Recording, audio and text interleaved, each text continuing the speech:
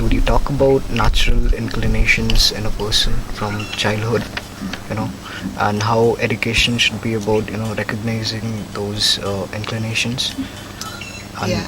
as opposed to just randomly studying anything?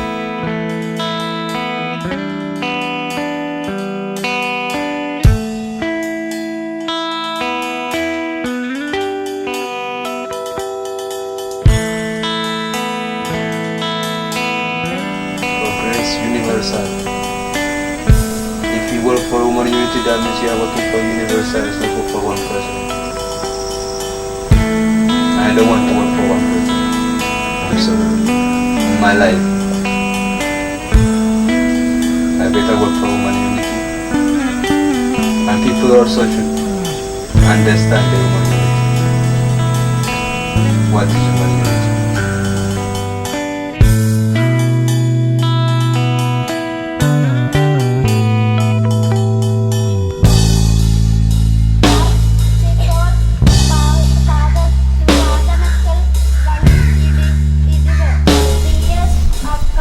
If you have your natural inclinations will be shaped by the environment that you grow up in. Like, it will be shaped by what your parents do, by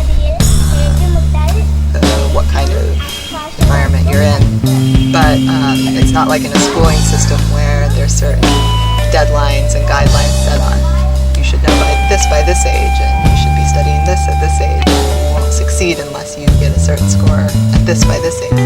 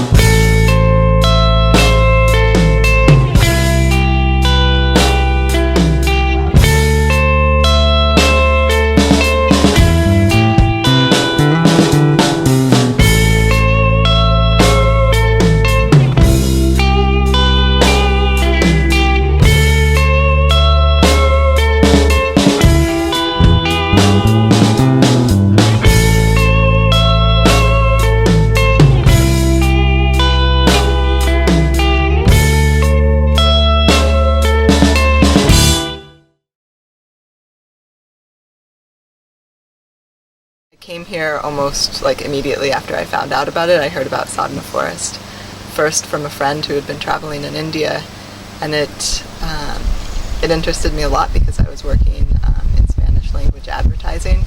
So I was working on the computer, spending all day by myself inside in front of a screen, and after 2 years of doing that, I was really ready for a change, and it seemed like the complete opposite from what Auroville stands for, and being more connected to nature and being involved in more in control of my environment and part of my environment, like a give and take, where I could be contributing not only to my own future but to other people's futures. For me, probably one of the biggest changes was being much more in tune physically with where I was in Western society and where I was living. Everything is kind of externalized, where you'll sit in an air-conditioned house and not even realize how hot it is or cold it is outside. That we control our environment with flips of switches more than being in tune with what's really going on, and bringing ourselves into harmony with that. And that, I feel like when you are in harmony with your natural environment, it also makes sense that you're more in harmony with the people who are in it, because you're more in tune in terms of your responses and your actions and your reactions, that you have to listen better, you have to be more intuitive, you have to feel differently. And I feel like that's a lot of what people are bringing to Auroville, is this desire to be more connected with each other, more unified, both with themselves and with the natural environment that they live in. I see now more and more also Auroville is not done yet. It is still evolving, and all of us are very enthusiastically participating in creating the Auroville, which mother would have liked to have it, and according to her vision, this is what we are thriving and we are trying to do with the given circumstances and with the given level of understanding and intelligence and inner growth allows us, and it's still evolving. In that, many experiments have been also done. You do see so many projects in Auroville that are centered around nature, ecology, the environment, green practices, being more eco-friendly. Just in such a small area, it's not like there's one piece of Auroville that's focused like, oh, we focus on environmental protection. It's like so many of the units are offering services that either help connect people to their environment or implement practices that are in harmony with the environment, and projects like Sadhana Forest that are literally bringing back a forest that was on the verge of extinction. Being in harmony with nature, right? What exactly it is? For me, it's about not altering nature to suit my needs, but altering my needs to suit nature.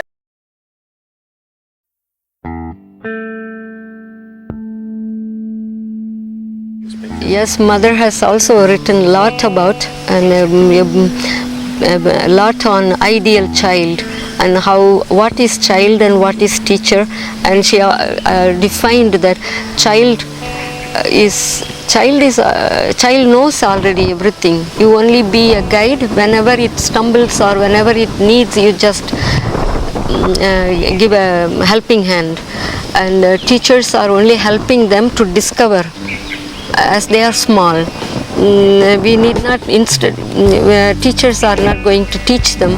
Instead, they also learn. It is in reality. Anytime I have been a teacher for in many instances, I always found that I am receiving too. I am not only giving, teaching, and I am learning continuously.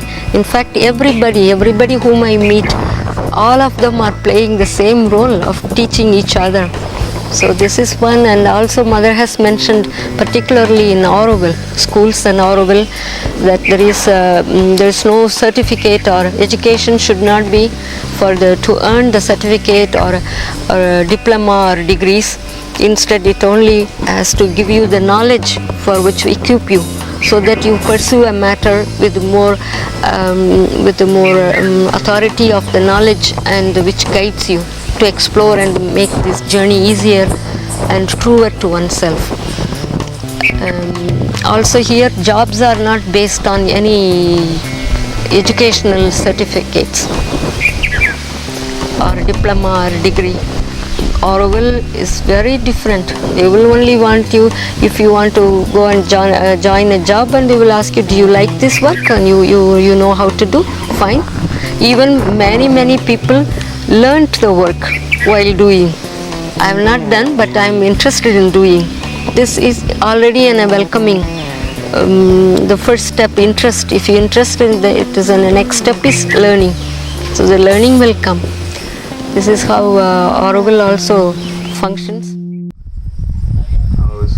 I want to work, or I want people to hear me, or I want to share what I have. It's not that I need to have master. It's not that I need to have degree or diploma. If my soul needs something to share, I will share. That is not true that you have to have master or degree to share knowledge which you have. It can be in material world, it can be spirituality. What I've learned myself and from being involved in Sadhana Forest, their practice is unschooling, which is also called natural learning and is child-led education. When it's practiced somewhere that's in nature like this, their natural environment plays a huge role in it because they're not sitting in a classroom where they're separated from everything in the world around them that's going on. It's if you're a parent or someone who's facilitating unschooling, really you're letting the child lead and let you know when they're ready to learn something. So it requires a great deal of trust in children's innate curiosity and that they do want to learn and that they feel that drive as well. And when the institution of school is taken away from it, it's not like they're just going to lie around and do nothing all day. And I feel like there are a lot of alternative schools in Auroville, and particularly here at Sadhana Forest, it's a great environment for kids to grow up in where they have the freedom to learn at their own pace and also the freedom not to be in such a competitive environment too, because schools are very competitive, just in terms of grading and who's the top of the class, who ranked well, and even in this physical education and playing sports.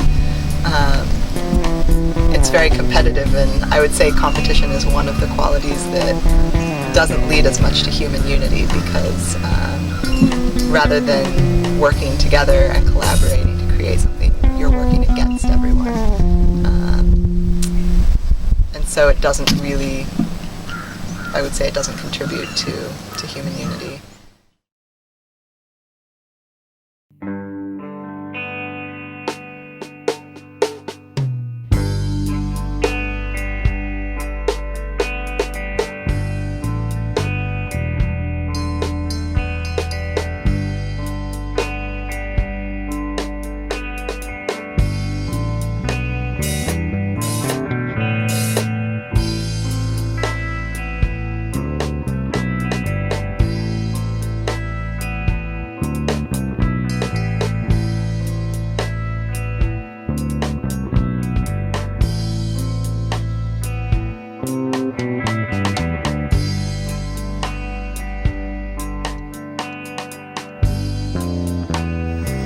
I know that education is really important and health also is very important.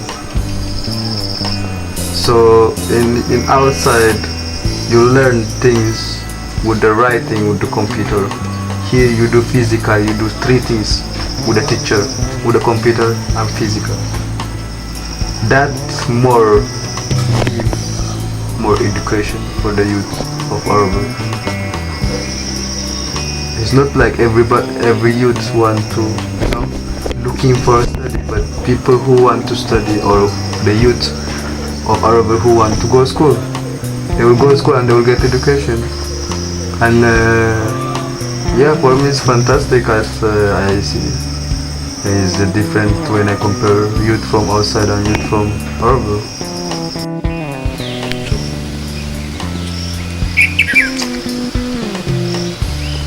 In the body awareness also, and mother had also given importance to develop the physique.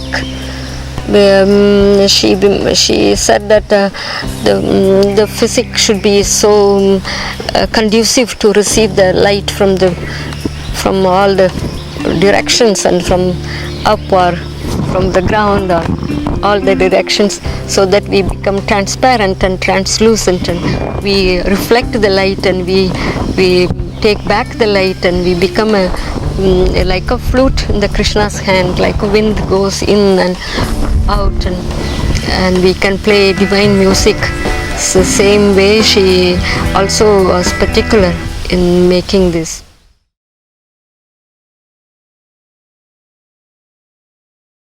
In this direction, I am reminded one more thing to tell you that we have body awareness classes in the very beginning of school. Every day in the school, morning first hour is body awareness, in which they teach many things, because children especially, their nature is to jump and their nature is to be active physically, and they want to play, and they are not as static being. They are much more dynamic and active being, and in the beginning. So especially when they meet also, when two kids meet and they have a lot to share with each other, and this is their nature.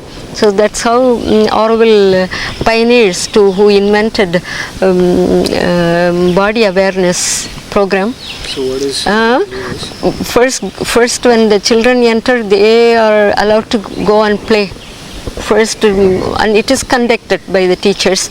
There are several things, and to bring more awareness, like sensitivity, like 5 senses, and so they can make you sound, and you can listen, and to awaken all the sound, and to awaken your own body, and to, also to teach them degrees of relaxation later on, after making them jump, or sports, or even blah blah, which is a very good and empties everything.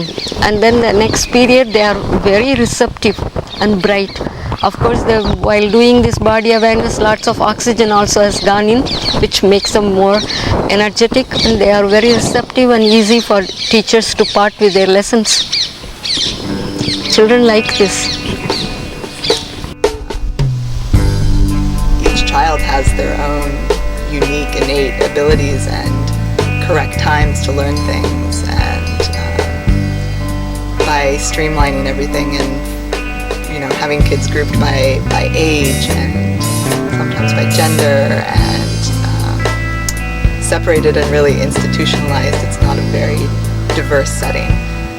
And just like in nature, a natural environment is stronger the more diverse it is. I feel like the same would be said for education, that an educational setting is stronger the more diverse it is. Not if a child's just in a class where everything's already determined when they should be able to do things, what they should learn.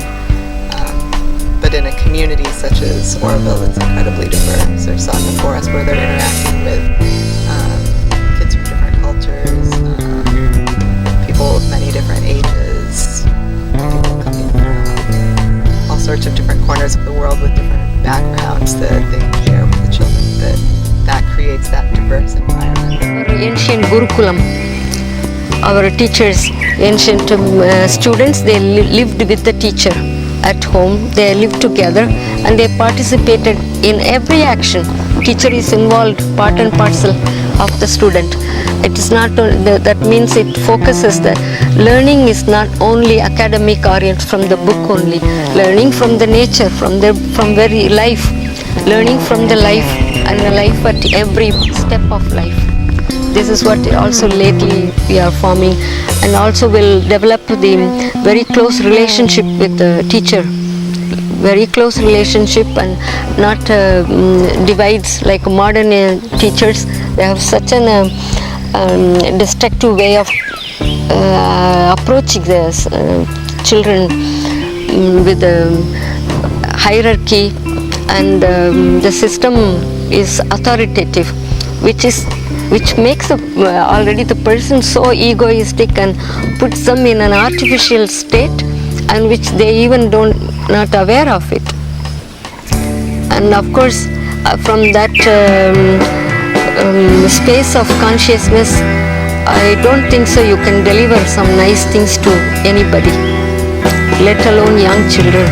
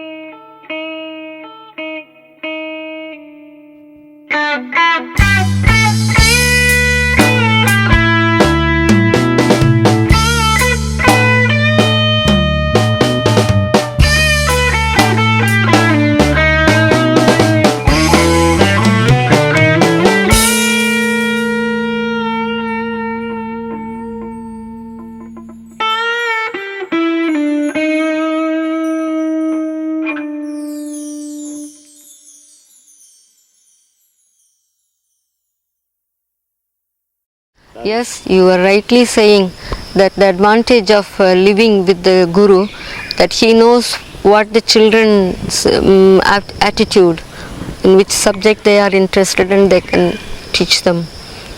And of course it includes spirituality, or you said spiritual guru. So I don't know whether spiritual guru in the sense, maybe you mean that basically the teacher is the one who introduces everything to the children. Spiritual guru in the sense, I mean that the guru has knowledge of every kid's spirit. Like, you know, like his spirit and body are two different things. The body is the slave, the spirit is the right. So that is what is meant by. Yes, it should be it is the quality of an ideal teacher, ideal guru. One should, as you mentioned, he must know the spirit of each child. So yeah, the parents play a really huge role in unschooling. It's not that they sit back and don't do anything, and it's kind of like a hands-off approach. It's very hands-on, because you have to be very deeply in tune with your children and notice and understand when they're showing an interest in something or expressing a need or a curiosity, and then doing whatever you can to facilitate it. It's great responsibility for a teacher. For also not only teacher, parents or whoever is close to the children. Even 1 hour I babysit, and children will ask many questions, and what I say will be on a permanent repercussions on them. So I must be careful what I speak about each thing. If I don't know, I have to say I do not know. Yeah, we teach them. We are playing the role models for them.